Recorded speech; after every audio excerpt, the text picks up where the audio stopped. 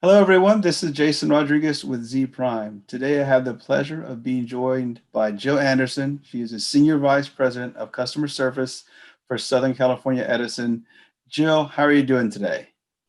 I'm good, Jason. Thanks for making some time to chat. Thank you. And so, you have a lot going on there in California and in your territory there at SCE.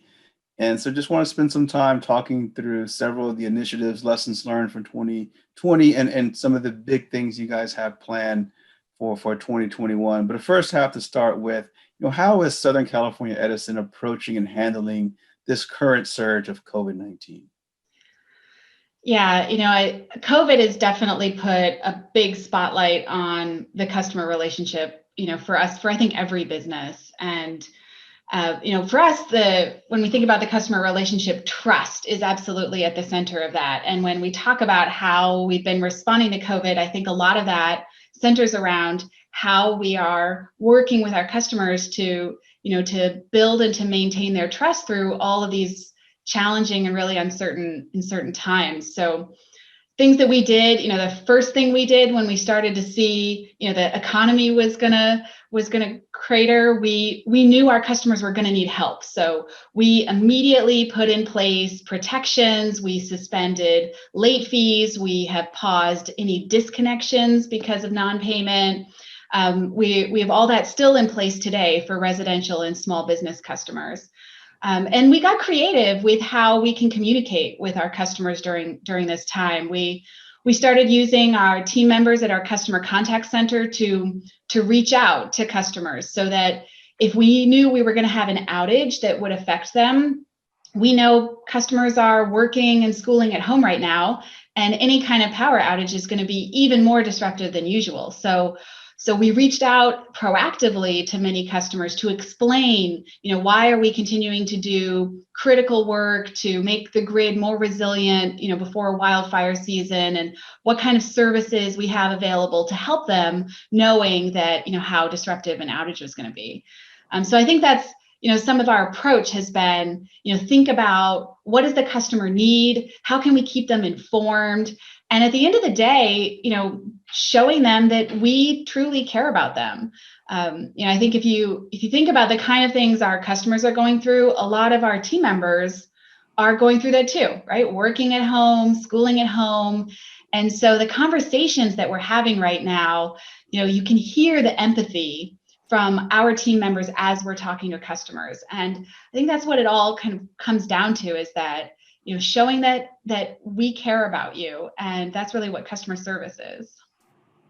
Fantastic. Yeah, the words like empathy, grace, and just caring have been it's been pretty unique seeing that become part of like the business lexicon. I think now more than ever, and that's now we need that more than ever. So I really appreciate the work you guys are doing and for sharing that. So I wanted to dive into also a little bit more specific of the risks really inherent to you and the work you and your team are doing, and specifically, how are you navigating this? There's Santa Ana winds. We recently read about obviously the wildfires that play into that, and then scams, right? People trying to take advantage of the situation, all in the context of a Right. pandemic and economic crisis. So Yeah, how do you Jason, navigate it's that? a lot, right? I mean, you could keep going. And I think, to me, I think there's just, gone are the days where we could handle one crisis at a time. And what we're doing right now and what we have to do as business operators, what leaders need to do with our teams, is we have to be able to manage multiple crises all at the same time and help our customers through that. When we're talking to them about one issue, we can't just be talking about that one issue. We have to recognize there's other things going on.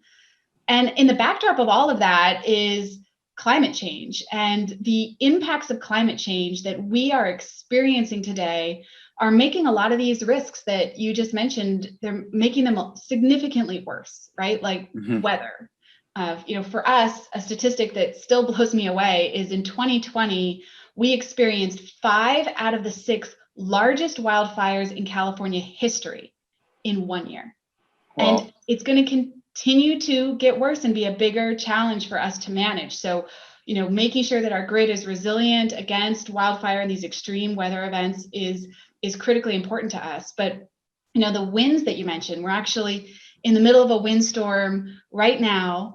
And because we have had nearly record low precipitation recently in the fall, especially in Southern California, we're in a period where we could be seeing wildfires. We could be seeing the need to do proactive shutoffs in January. And usually by now it's, we've started the rainy season. So we already are experiencing climate change, and that has to continue to be something that we keep focused on addressing as, broader in our business. But some of the other risks you mentioned, they're here still, right? The pandemic, and we know that the stay-at-home orders and the economic challenges are continuing to hurt our customers. And you mentioned scams, and I'll tell you, like, this one just makes me livid, but we've seen an increase of criminals who are trying to take advantage of our customers.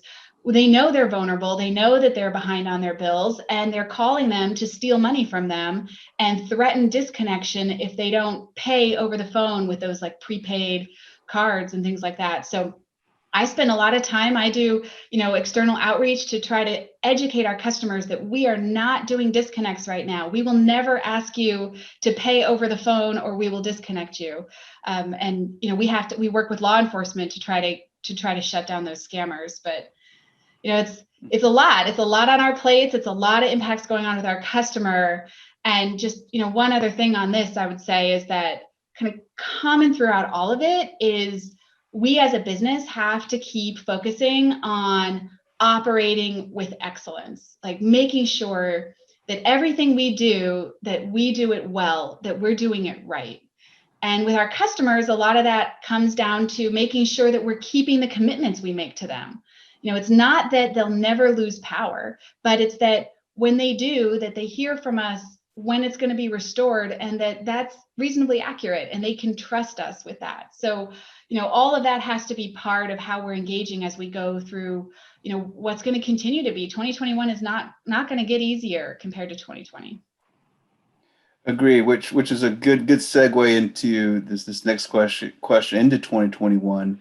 You talked about a lot of the outreach you guys are doing with customers, and so how have you and your team taking those lessons learned from 2020 and really maybe shifting or adapting some things differently with respect to how we're keeping customers informed, and how you're keeping the community engaged? Anything specific and new programming you guys are rolling out to do those? Absolutely. I talked about operating with excellence, and that's not really a destination. I feel like that's much more kind of a journey of continuous improvement, because we don't always get it right? We don't always communicate to the customer in a way where they can hear us, where they're receptive to our messages. And so we have to be listening to customer feedback and responding and changing the way that we do business. But also we are making a lot of upgrades in 2021 in the technology we use. We've got a major investment that we're making in the customer information systems. And as we transition to that new technology, on the other side of it is going to be a much better experience for the customers and for our own employees. But the transition itself is going to be difficult, right? Whenever you're making, a major switch like that, customers might experience more delayed bills, or there could be longer wait times when they call the contact center. And so our strategy has to be to, double down on the depth of the communication that we're doing with our customers. We've been expanding our use of text messaging and really testing with customers, are they more responsive to email or text or phone calls? We've been making more detailed website, like help centers on our website, so that customers can get specific answers to their questions and maybe bypass the need to call the call center. So a lot of it is around just increasing, how robust our communications are with our customer. But, you asked about lessons learned from 2020, and, I think that, as I mentioned, the impacts of climate change is something that has come to the forefront in 2020 in a way where it's just undeniable at this point. And we've been talking about it for decades that it's coming, but it's really here now, impacting our quality of life, impacting the way that we operate. And, I think in a way it's something that makes me really proud to work at Southern California Edison and to be in this business and to be in energy right now, because we have a larger mandate. We have to help save the planet, right? I mean, it sounds huge, but that's what a lot of us are working towards right now. Southern California Edison has put out a vision for what a carbon-free energy future could look like in 2045. And there's a tremendous amount of work to do, but it's incredibly rewarding for me, I think, and for a lot of our team members to feel like we're part of that. We're thinking about making the world a better place.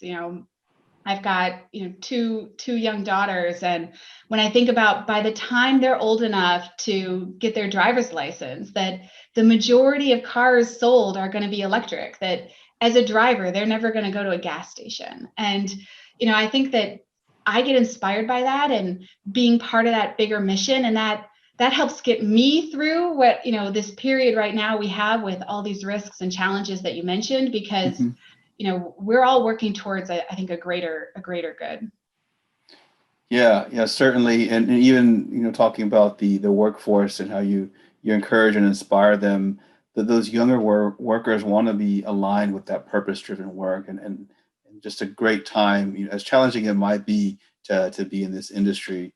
So that kind of turns the question a little bit. You talked a little bit about the staff and really having to help, really drive this change and the boots on the ground. So how are you keeping some of the customer service staff engaged and inspired to continue Right. to serve? I mean, we know the customer challenges, but just wearing my business owner hat, I clearly see the internal challenges, and it's definitely been a different type of year. So what are some of those things you guys are doing for the staff?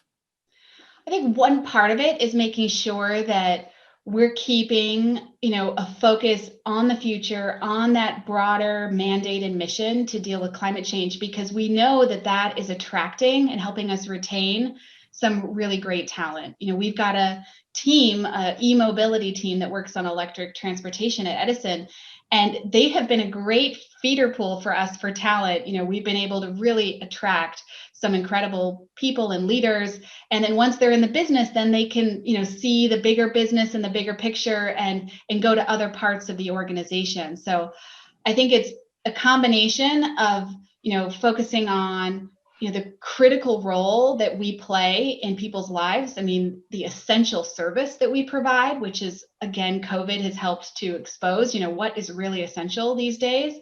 And also that bigger mandate around, we're here to help make the world a better place for decades, for generations. And we can do that with a lot of the investments that we're making now. Yeah, I love that. Love that response, and it's spot on. And turning to EVs as well, because I do want to touch on that, and especially coming off Martin Luther King Day, where he was such an advocate for advancing equity for everyone, and we had to keep that challenge going on. And you guys have also been at the forefront of doing that. So how do we advance EV adoption to ensure that there is equitable access Mhm. to EVs and charging? Yeah, I mean, you're right. This is so important. It's something that's really important to us at Edison, but also to our peers and policymakers and regulators, I think, across California. You see a big focus on equity in the clean energy transition. For some context, a third of our residential customers have income levels that are low enough that it qualifies them for discounts on their electric bill. So when we're thinking about helping people get access to clean energy, we can't be designing programs and incentives that are only targeted at people who can afford to buy a new car, because that's not necessarily going to be the majority of the people that we serve. And we want clean energy to be available for everyone. We have a few specific programs that I think have been really successful in this area. For example, if you're a customer of Edison's and you buy an electric vehicle, you can get $1,000 or even more as a check that you get from the utility. And that is a program where it's not just targeted at new purchases, but in fact, we will pay for a used car at the first time and the second time that it changes hands, because we really want to incentivize the used EV market along with incentivizing the new market, because that's how we're going to get to a larger percentage of the customers that we serve. We've also installed already thousands of EV charge ports all over our service area, and 50% of them today and 50% going forward are in what the state has designated as disadvantaged communities. And that means based on, local air pollution levels or other metrics, they're considered disadvantaged compared to the rest of the state. And so we've intentionally focused a lot of our charger deployment in communities where people need to see the chargers to know that they're going to have that confidence that they'll have access near the places that they live or near the places that they work to be able to charge. The same goes with multi-unit dwellings where, apartment buildings. That's been a historically hard to reach market for EV chargers. So we've got a laser focus on how to increase the deployment because we know a large percentage of our customers are living in apartment buildings. So we try to look kind of holistically at the EV market. But electric transportation is one important part of the clean energy transition. Another one is electric buildings. And I thought I'd share one of my favorite customer success stories around this. And it's like right at the heart of your equity question. And that's with a customer that we've worked with, Mary's Mercy Center. They're a nonprofit that provides services to homeless in one of the counties that we serve here in Southern California. And they approached us a couple of years ago because they were planning to expand their complex for transitional housing to help bring more homeless off the street and give them training and services so that they could advance. And they wanted to do it in a clean way. So here, Edison, we partnered with them. We brought together corporate philanthropy, and we brought it's like almost $300,000 that we contributed to help towards the design and building of a totally clean facility. And I get to be there at the groundbreaking, and now it's operational. They have solar, they have all electric. The whole facility is considered net zero, which means it generates more energy than it consumes from the grid. They have, induction cooktops, they have heat pumps, and it's such a great story because it shows that the clean energy future doesn't have to be so far in the future. It can be now. Yeah. And also that it can be available for everyone. It doesn't have to start only with people who are the more affluent. And so I love sharing that story because I think it's hopefully an example of what the future of building in California is going to look like. Yeah, and it surely also shows the example of thinking creatively, of bringing clean tech solutions, but also making this more inclusive. And sometimes that what can seem trivial is actually much harder to do. So I love being able to share that with our audience, and thank you for that. So end on this final question, kind of even drilling down further, and it's actually just talking through this with you is I think it's a good glimpse of all the broad spectrum of approaches SCE is taking. And so this is about some of the solar and storage you guys are offering consumers and some of the innovative partnerships you have created there. So how do you see that interest kind of growing, even in the context of a pandemic and some economic trying times? Yeah, solar and storage for us, we have, I think, about 325,000 or more customers today who have rooftop solar. And we have more than 10,000 customers that have distributed battery storage at a residential level. So we are continuing to see growth in that area. We saw growth through 2020, even in the economic challenges, just like we saw, continued expansion of the EV market.